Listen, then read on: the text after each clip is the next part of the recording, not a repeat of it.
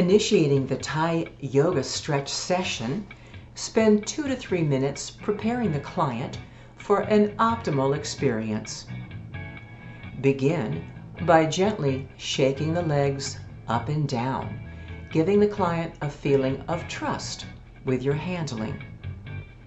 Then continue into leg swinging to increase circulation and joint mobility. Follow fluidly with figure eights in both directions. As a Thai practitioner, your body movements become a well-choreographed rhythmic dance. Traction pull. Maintain contact with the client's body for energy continuity as you progress from one movement to the next. Release one leg to focus on each foot and ankle, flexing and rotating.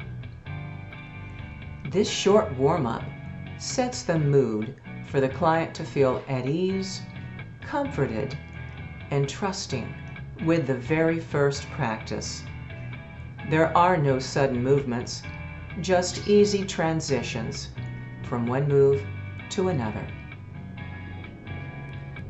Cupping your hand under the client's heel supports the manipulations for feet and ankles.